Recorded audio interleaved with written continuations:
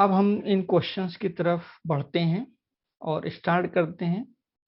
देखिए, सबसे पहले ये क्वेश्चन है, आपको एक बात तो क्लियर है कि जो जितने भी क्वेश्चंस हैं वो हमारे कूलम्ब्स लॉ और परमिटिविटी यानी कि डाइलेक्ट्रिक कांस्टेंट पर बेस्ड हैं। तो सबसे पहले हम फार्मूला लिख देते हैं दोनों का ही। पहला formula 1/4 pi epsilon naught Q1 Q2 upon R square. ये है एयर के लिए कि अगर हमारे पास एयर है उस कंडीशन में ये हमारा फार्मूला यूज होगा। दूसरा, अगर हमारे पास कोई मीडियम है तो 1/4 pi epsilon naught Q1 Q2 upon R square ये है, और जहां पर एप्सिलॉन नॉट है वहां पर के का मल्टीप्लाई हो जाएगा। तो ये हमारा किस में हो जाएगा, किसी मीडियम में। तो मीडियम के केस में ये फार्मूला एप्लीकेबल है, और अगर मीडियम की जगह एयर है तो ये पहला वाला फार्मूला यूज है। इस तरीके से ये दो फार्मूले आपके लिए यूजफुल हैं जो आपको याद होने चाहिए, एंड आई होप क्या याद भी होगा भैया। ठीक है, चलो अच्छा ठीक है। तो अब आज की ये जो क्वेश्चन है उस क्वेश्चन को पढ़ते हैं। देखिए क्या दिया हुआ है। सबसे पहले डायग्राम बनाएंगे। Two protons are separated by a distance of 1 metre. दो प्रोटॉन्स हैं, तो मान लेते हैं कि ये एक प्रोटॉन है, ये दूसरा प्रोटॉन है, और ये this one is proton, this one is proton. Proton पे पॉजिटिव चार्ज होता है, सभी को पता है, और इनके बीच की डिस्टेंस दे रखी है 1 मीटर। ठीक है, देखिए पहली लाइन कंप्लीट हो गया। सेकंड क्या कह रहा है, calculate the electrostatic force between them. हमें इनके बीच में F फाइंड करना है, तो हमने F को क्वेश्चन मार्क कर लिया। Calculate the force when the protons are replaced by alpha particles. तो सबसे पहले वो कह रहा है कि अगर प्रोटॉन है, ठीक है ना, अब इन प्रोटॉन्स को रिप्लेस कर दें अल्फा पार्टिकल से, तो जहां जहां प्रोटॉन है वहां पर क्या हो गया, इधर भी अल्फा आ गया और इधर भी अल्फा आ गया। डिस्टेंस पे कोई फर्क नहीं, 1 मीटर डिस्टेंस है। ठीक है, कि अगर जो है हम रिप्लेस कर रहे हैं प्रोटॉन को अल्फा पार्टिकल से, तो सबसे पहले ये जानना जरूरी है कि प्रोटॉन और अल्फा पार्टिकल में रिलेशन क्या होता है। उस चीज को अब हम समझेंगे। देखिए, अल्फा पार्टिकल्स की अगर हम बात करें, ठीक है, अल्फा पार्टिकल, क्योंकि जब तक हम जान नहीं पाएंगे कि अल्फा पार्टिकल होता क्या है तब तक उसकी स्टडी पॉसिबल नहीं है। तो अल्फा पार्टिकल बेसिकली क्या है, तो अल्फा पार्टिकल को हम बोलते हैं 2He4। ठीक है, 2He4 आप जानते हैं हीलियम है। तो जो न्यूक्लियस होता है, न्यूक्लियस ऑफ हीलियम, जो न्यूक्लियस ऑफ हीलियम है वही होता है अल्फा पार्टिकल।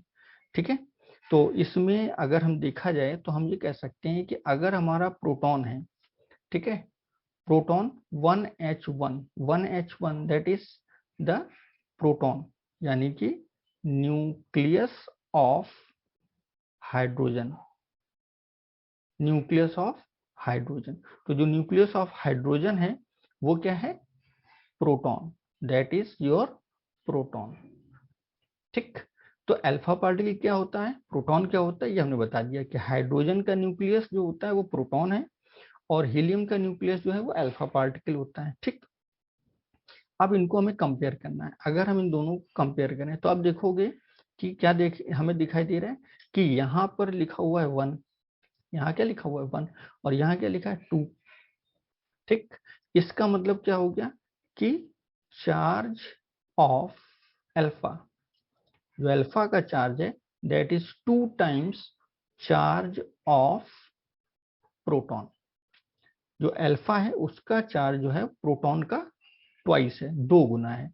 इसका मतलब 2E, क्योंकि इलेक्ट्रॉन का चार्ज और प्रोटॉन का चार्ज इक्वल होता है, तो चार्ज ऑफ प्रोटॉन जो है वो इलेक्ट्रॉन के चार्ज के बराबर हो जाएगा, 1.6 इंटू 10⁻19। ठीक है, ये बात समझ में आ गई, बहुत बढ़िया भाई। अगर हम मास के बारे में बात करें, मास की हमें जरूरत अभी नहीं है लेकिन आगे वाले चैप्टर्स में पढ़ सकती है। तो मास अगर अल्फा का देखें तो आप देख पा रहे हैं कि मास में यहाँ पर मास क्या है 1, और यहाँ मास कितना है 4। तो इसका मतलब 4 times mass of proton, mass of proton. तो प्रोटॉन के मास का 4 टाइम्स, तो 4 टाइम मास ऑफ प्रोटॉन। ये हमारे पास क्या है, मास ऑफ अल्फा पार्टिकल। तो ये हमने आपको एक्सप्लेन किया कि किस तरीके से प्रोटॉन से हम अल्फा पार्टिकल्स का चार्ज और मास कैलकुलेट कर सकते हैं। ठीक है, हमने पूरी इंफॉर्मेशन दी, आपको समझ में आई होगी। बहुत बढ़िया। क्वेश्चन को पढ़ने के लिए, क्वेश्चन को सॉल्व करने के लिए इन डिटेल्स का होना बहुत जरूरी है, अदरवाइज आप नहीं कर सकते। ठीक, आगे बढ़ते हैं। देखिए फिर से आते हैं क्वेश्चन पे, क्योंकि अब हम सब कुछ जान चुके हैं। क्वेश्चन के हिसाब से कह रहा है कि अगर हम प्रोटॉन्स लेते हैं, सबसे पहला पार्ट प्रोटॉन एंड प्रोटॉन, यानी कि इस प्रोटॉन का चार्ज भी इलेक्ट्रॉन के चार्ज के बराबर है, इसका भी चार्ज इलेक्ट्रॉन के बराबर है, और डिस्टेंस 1 मीटर है। फार्मूला हमारे पास है 1/4πε0 Q1 Q2 upon R square. Value रख देते हैं 9 इंटू 10⁹, Q1 E है, Q2E है, R1 है, तो 1 का स्क्वायर। तो ये 9 इंटू 10⁹ इंटू ई स्क्वायर, ई का मतलब 1.6 10⁻⁻19, इसका स्क्वायर है तो स्क्वायर कर दिया, 1 का स्क्वायर तो 1 होता है। ठीक, इसको सॉल्व कर लिया, जो आया वो आंसर हो गया। देखिए प्रोटॉन के बीच का क्या निकल आया, फोर्स। अब आगे बढ़ते हैं, प्रोटॉन को रिप्लेस किससे किया गया, अल्फा से। तो अब अगर हमने यहाँ पर अल्फा रख दिया, ये भी अल्फा, ये भी अल्फा, डिस्टेंस 1, फिर से formula F = 1/4πε0 Q1 Q2 upon R square.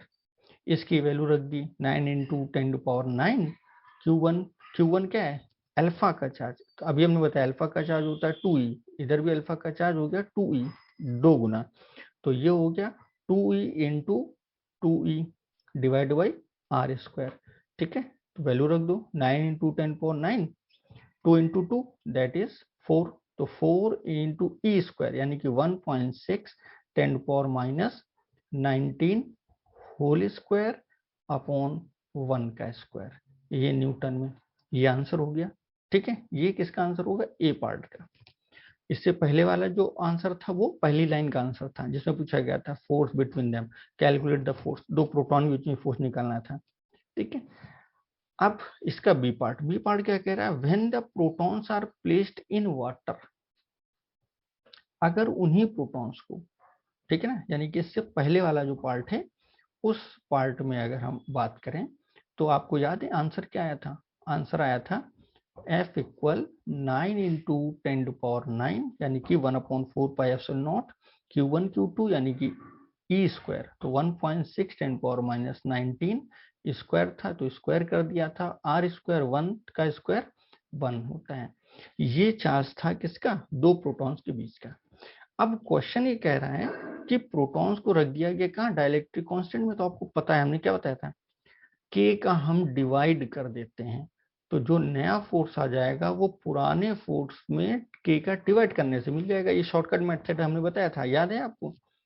तो हम क्या करेंगे, डायरेक्ट 1/80, के की वैल्यू देखो ये दे रखी 80। ठीक है, तो 80 into 9 into 10⁹ into 1.6 10⁻⁻19 whole square divided by 1 का स्क्वायर।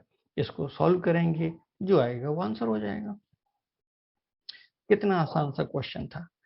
तो यहाँ पर हमने देखा दो प्रोटॉन्स के बीच में फोर्स कितना होता है, फिर हमने देखा अगर प्रोटॉन्स की जगह हम अल्फा पार्टिकल रख दें तो फोर्स कितना होगा, फिर हमने देखा अगर उन्हीं दोनों प्रोटॉन्स को हम वाटर में रख दें, ठीक है ना, तो फोर्स कितना होगा। तो इस तरीके से हमारे पास टोटल 3 आंसर आते हैं। ये क्वेश्चन सबको क्लियर हो गए होंगे। बहुत सुंदर बात है, बहुत अच्छी बात है अगर समझ में आया है तो। ठीक है, नेक्स्ट क्वेश्चन जो था हमारा, नेक्स्ट क्वेश्चन की तरफ बढ़ते हैं। देखिए भाई नेक्स्ट क्वेश्चन क्या कह रहे हैं, नेक्स्ट क्वेश्चन कह रहा है 2 point charges Q and capital Q placed at a distance small d in vacuum। ठीक, बहुत बढ़िया। exerts a force F0, यानी कि दो चार्ज हैं, आप डायग्राम बनाते जाएंगे साथ में ही ताकि आपको पता रहे कि आप क्या कर रहे हैं। एक चार्ज Q है, दूसरा चार्ज है कैपिटल Q। ठीक, देखिए क्या क्या दिया है, एक चार्ज Q दूसरा charge capital Q placed at a distance small D, और स्मॉल डी इनके बीच की डिस्टेंस है, इस तरीके से। बहुत बढ़िया। और जो फोर्स लग रहा है इनके बीच में इस समय वो है एफ नॉट। इतनी चीजें अभी तक हमने यहाँ पर देख ली। What will be their separation in liquid of relative permittivity 16? यानी कि अगर इसी सिस्टम को हम किसी मीडियम में डाल दें, सेम यही चीज, यानी कि small Q capital Q D distance पर, सेम कोई चेंज नहीं, इसको हमने किसी मीडियम में डाल दिया जिसका रिलेटिव परमिटिविटी यानी कि डाइलेक्ट्रिक कांस्टेंट 16 है, डाल दिया। डालने के बाद भी क्या कह रहा है, force between them remain same, यानी कि यहां पर भी जो फोर्स है वो एफ नॉट ही होना चाहिए। तो ये जो डिस्टेंस है इसको हम मान लेते हैं आर डिस्टेंस रख दिया। क्यों कह रहा है what will be their separation, उसकी नई सेपरेशन क्या होनी चाहिए, तो यहाँ पर सेपरेशन मान लिया है कि आर है। तो ये एयर में है और ये कहाँ पर है, मीडियम में। तो सबसे पहले हम एयर के लिए देखते हैं। तो एयर के लिए एफ नॉट हो जाएगा फोर्स 1/4 पाई एप्सिलॉन नॉट हो जाएगा, क्योंकि एयर है तो के आना नहीं है। Q1 Q2 की जगह Q और कैपिटल Q हो जाएगा, और डिस्टेंस की जगह D हो जाएगा, तो D स्क्वायर। ये किसके लिए है, इस डायग्राम के अकॉर्डिंग। ठीक। अब मीडियम में अगर देखें तो मीडियम, अगर हम बात किसकी कर रहे हैं, मीडियम की, तो मीडियम में फोर्स तो वही रहना है एफ नॉट। क्वेश्चन कह रहा है फोर्स में कोई चेंज नहीं होगा। 1/4 पाई, अब एप्सिलॉन नॉट की जगह क्या होगा, के एप्सिलॉन नॉट, ये हमने बता दिया था क्योंकि मीडियम है। चार्ज वही है, केवल डिस्टेंस हो चुकी है आर स्क्वायर। ये समझ में आ गया सभी को, बहुत बढ़िया। आप देखिए जरा, ये किसके लिए एप्लीकेबल है, ये इस डायग्राम के लिए एप्लीकेबल है। क्या ये दोनों फोर्स इक्वल हैं, क्योंकि ये दोनों साइड इक्वल हैं, इसका मतलब अगर लेफ्ट साइड इक्वल है तो राइट साइड भी क्या होगी, इक्वल होगी। तो अगर राइट साइड भी इक्वल करनी है तो इसको हम फटाफट जल्दी से क्या करेंगे, इक्वल कर लेंगे। चलिए देखिए भाई, फटाफट हम इन दोनों इक्वेशंस को आपस में क्या करने वाले हैं, इक्वल करने वाले हैं। तो जैसे ही हम इक्वल करेंगे तो हमें क्या मिलेगा, हमें मिल जाएगा small Q capital Q upon D square, और इसके पहले था 1/4 पाई एप्सिलॉन नॉट इक्वल, इधर क्या है 1/4 पाई के एप्सिलॉन नॉट, ठीक है, into small Q capital Q R square. दोनों को हमने आपस में क्या कर दिया, इक्वल कर दिया। समझ में आ गया सभी को, बहुत सुंदर। ठीक है, ये क्वेश्चन ऐसे नहीं थे कि आप नहीं कर सकते थे, बड़े आराम से इन क्वेश्चंस को आप कर सकते थे, आपने लेकिन ट्राई नहीं किया। चलिए कोई बात नहीं। यहाँ पर 1/4 पाई एप्सिलॉन नॉट से 1/4 पाई एप्सिलॉन नॉट क्या हुआ, कैंसिल हो गया। स्मॉल क्यू से स्मॉल क्यू कैंसिल हो गया, कैपिटल क्यू से कैपिटल क्यू कैंसिल हो गया। क्या बचा, जो बचा हम सिर्फ उसको लिखेंगे। ध्यान से देखिए, यहाँ बचा हुआ है सिर्फ 1/d स्क्वायर, और यहाँ पर बचा हुआ है एक तो 1/k बचा हुआ है, ये वाला k बच गया है, और इधर बचा 1/r स्क्वायर। हमें फाइंड क्या करना है, हमें फाइंड करना है r स्क्वायर। तो r स्क्वायर की जो वैल्यू है that will be equal to d square upon k। ठीक है, ये क्या है, d स्क्वायर अपॉन k। ठीक, तो d स्क्वायर अपॉन k इसकी क्या हो गई, वैल्यू हो गई, या नहीं, r तो डिवाइड में है ना, तो r अगर डिवाइड में है तो ये ऊपर जाएगा, तो ये क्या हो जाएगा, डी स्क्वायर बाई के। सही लिखा है एकदम, कोई दिक्कत नहीं। ठीक है, तो r इक्वल क्या हो गया, देखिए d के तो ऊपर स्क्वायर है तो d तो बाहर हो गया, अंडर रूट ले रहे हैं, और k चूंकि अकेला लिखा हुआ है तो ये हो जाएगा अंडर रूट के, और प्लस माइनस का साइन आ जाएगा। जब भी हम स्क्वायर को हटाना चाहते हैं तो हमें स्क्वायर रूट करना पड़ता है, इसे अंडर रूट बोलते हैं, और जब हम अंडर रूट लेते हैं तो एक प्लस माइनस का साइन जरूर लगाते हैं। तो इस तरीके से ये हमारा आर की फाइनल वैल्यू आ गई। ठीक, ये क्वेश्चन समझ में आ गया। मुझे लग रहा है जहाँ तक समझ में आ गया होगा सभी को। चलिए फिर से इस क्वेश्चन को एक बार देख लेते हैं। अगर थोड़ा बहुत डाउट रह गया है तो वो आपको डाउट एकदम क्लियर हो जाएगा, कोई डाउट नहीं बचेगा।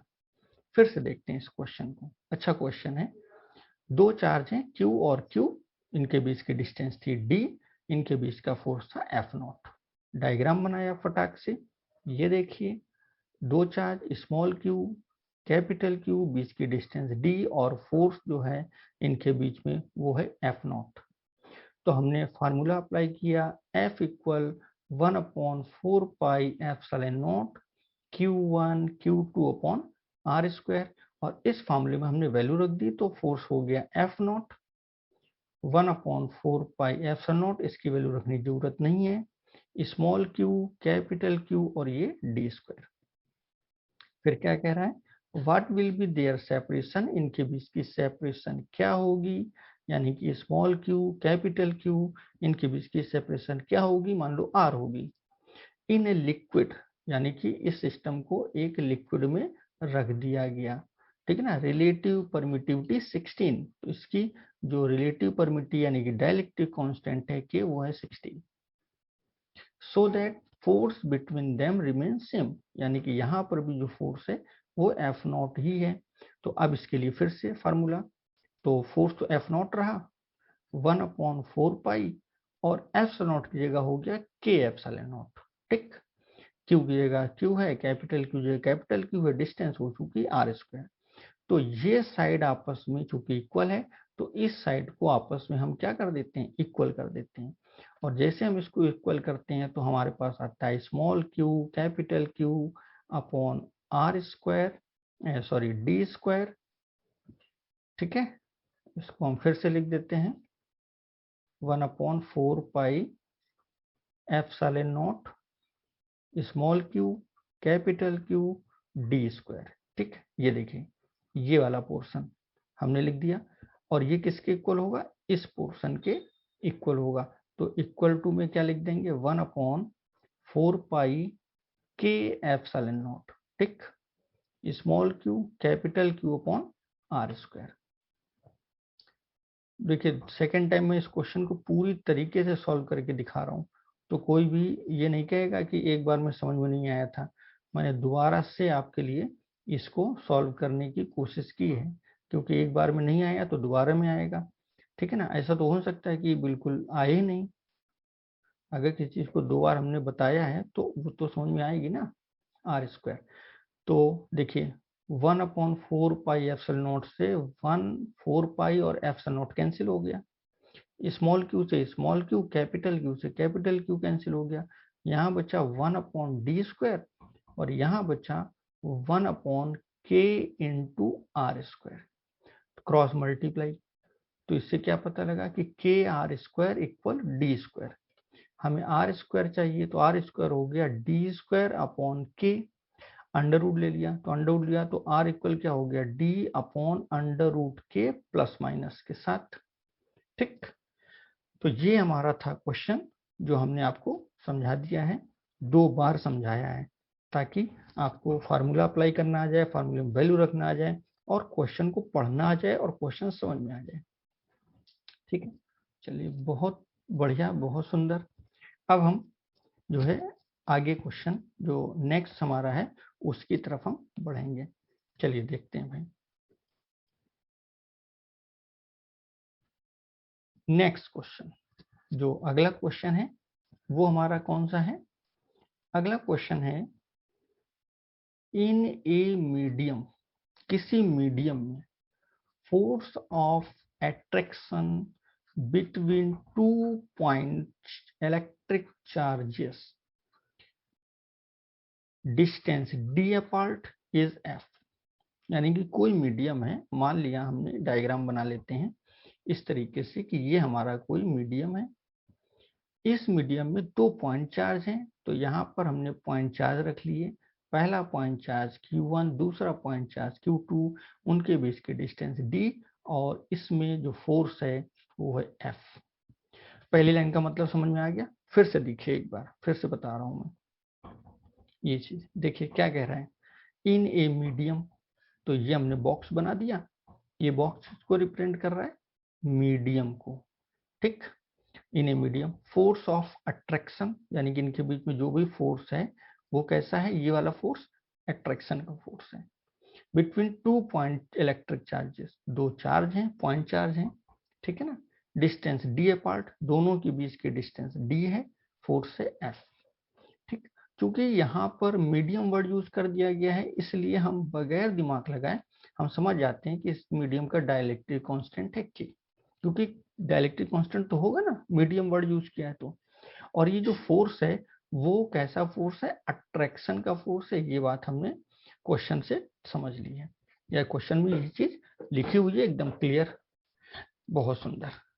अब आगे बढ़ते हैं, कह रहा है what distance apart should these be kept in the same medium so that the force between them becomes 3F। यानी कि क्वेश्चन के हिसाब से क्वेश्चन ये कह रहा है कि मीडियम में कोई चेंज ना हो, मीडियम वही रहे, यानी कि जैसे पहले के था वही के अभी भी है, मीडियम चेंज ना हो। जो चार्जेस हैं वो भी चेंज ना हो, यानी कि पहले भी चार्ज Q1 और Q2 थे, अब भी Q1 Q2 है, लेकिन इनके बीच की डिस्टेंस हम R मान लेते हैं, कितनी कर दें कि जो अब फोर्स है वो 3F हो जाए, यानी कि जो नया फोर्स है F डैश वो पहले फोर्स का 3 टाइम्स हो जाए। तो अगर हम इस डायग्राम में, जो ये पहला डायग्राम बना हुआ है, इस डायग्राम में अगर हम फार्मूला अप्लाई करें तो हमारे पास आ जाएगा F की वैल्यू जो कि होगी 1/4 पाई एप्सिलॉन नॉट के, या के एप्सिलॉन नॉट कुछ भी लिख सकते हैं, इनटू Q1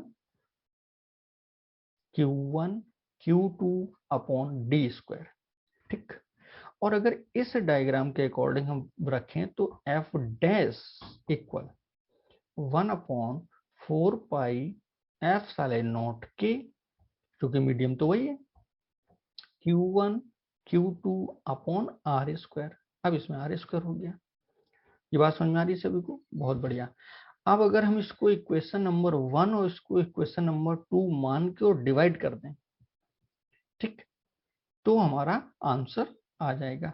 तो चलिए डिवाइड करते हैं। देखिए भाई, सबसे पहले हम क्या करने वाले हैं, इनको पहले थोड़ा सा ये रफ कर देते हैं और फिर हम इसको डिवाइड करेंगे। देखिए भाई, इक्वेशन 1 डिवाइडेड बाय इक्वेशन 2, जैसे आप डिवाइड करेंगे तो इधर आएगा F और इधर आ जाएगा F डैश, ठीक। ये है 1/4 पाई एप्सिलॉन नॉट के, इधर है Q1 Q2 upon D square, और डिवाइड है 1/4 पाई एप्सिलॉन नॉट के Q1 Q2 divide by are square. तो इसमें तो कोई दिक्कत है ही नहीं। अब आप देख सकते हैं बड़े आराम से, बहुत ही आसानी से आपको यहाँ पर एकदम क्लियर दिखाई दे रहा है क्या, कि ये तो पूरा पूरा सीधे सीधे कैंसिल हो गया, ये सीधे सीधे कैंसिल हो गया, ठीक। आप जानते हैं कि इसका मल्टीप्लाई इसमें होता है और इसका मल्टीप्लाई इसमें होता है। इसका सीधा सा मतलब है कि आप लिख सकते हैं कि F upon F dash equal क्या होगा, R square upon D square. अब क्वेश्चन के हिसाब से जो F डैश है इसकी वैल्यू, F डैश की वैल्यू क्या होनी चाहिए थी, 3F ही तो करनी है, 3 गुना चाहिए हमको, 3 टाइम्स चाहिए। तो हम लिख सकते हैं इसको F upon 3F and that is equal R square upon D square. तो देखिए F से F कैंसिल हो गया, तो आर स्क्वायर की वैल्यू आ चुकी है डी स्क्वायर बाई 3, तो यहाँ से R की वैल्यू आ चुकी है d upon √3 plus minus sign के साथ, ये आंसर हो गया, ठीक। तो देखिए कितना मतलब इजी सा ये क्वेश्चन था, जो आप अगर एक बार में जो है समझ जाते हैं तो बड़े आराम से आप इसको सॉल्व कर सकते हैं, ठीक। फिर से देखिए एक बार वंस अगेन, क्योंकि सेकंड पार्ट आप अपने आप सॉल्व कर सकते हैं। अगर एक पहला पार्ट आपने कर लिया तो बस F डैश की जगह जो जैसे हमने 3F रखा है, आपको F/3 तो रखना है, तो क्या दिक्कत है।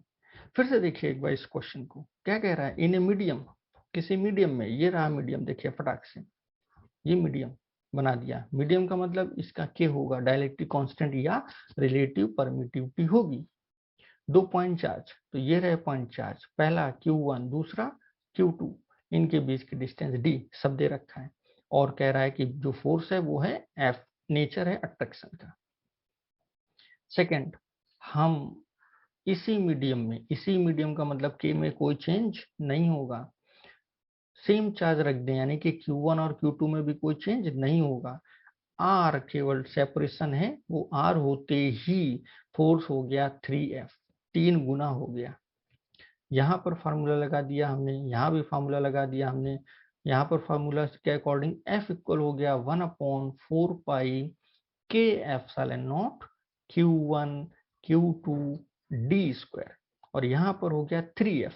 मैं डायरेक्ट इस बार कर रहा हूँ 3F, क्योंकि F की जगह क्या हो चुका है 3F, तो 3F equal 1/4 pi epsilon naught Q1 Q2 और R स्क्वायर, दोनों को डिवाइड कर दिया। जैसे डिवाइड किया तो आप बड़े आराम से देख सकते हैं कि F से F कैंसिल, इससे ये पूरा कैंसिल, Q1 Q2 से ये कैंसिल, ठीक है ना, इसका मल्टीप्लाई इसमें हुआ और इसका मल्टीप्लाई ऊपर हो गया, तो ये हो गया 1/3 equal R square upon D square. तो यहाँ से R की वैल्यू आ गई हमारे पास D/√3, वो भी प्लस माइनस में, ठीक। तो इस तरीके से हमने इन क्वेश्चन को सॉल्व किया। इसी क्वेश्चन का जो सेकंड पार्ट है वो अब आप बड़े आराम से कर सकते हैं, कुछ नहीं करना है, सिंपल सा बात है, केवल देखिए यही तो चेंज हो रहा है, ध्यान से देखो, केवल 3F की जगह क्या हो गया है F/3, तो आप भी यहाँ पर क्या लिख देंगे F/3 लिख देंगे, और जैसे ही आप F/3 लिखेंगे तो आपका ये जो रिजल्ट है वो चेंज हो जाएगा। क्या चेंज हो जाएगा, यहाँ पर अब 3F की जगह हमारे पास क्या आ चुका है, 3F की जगह पर आ चुका है F/3, फोर्स हो गया है F/3। तो जो कि फोर्स F/3 हो चुका है, इसलिए अब हम क्या करेंगे, ये देखिए, तो F से F कैंसिल, वही पूरा पैटर्न है।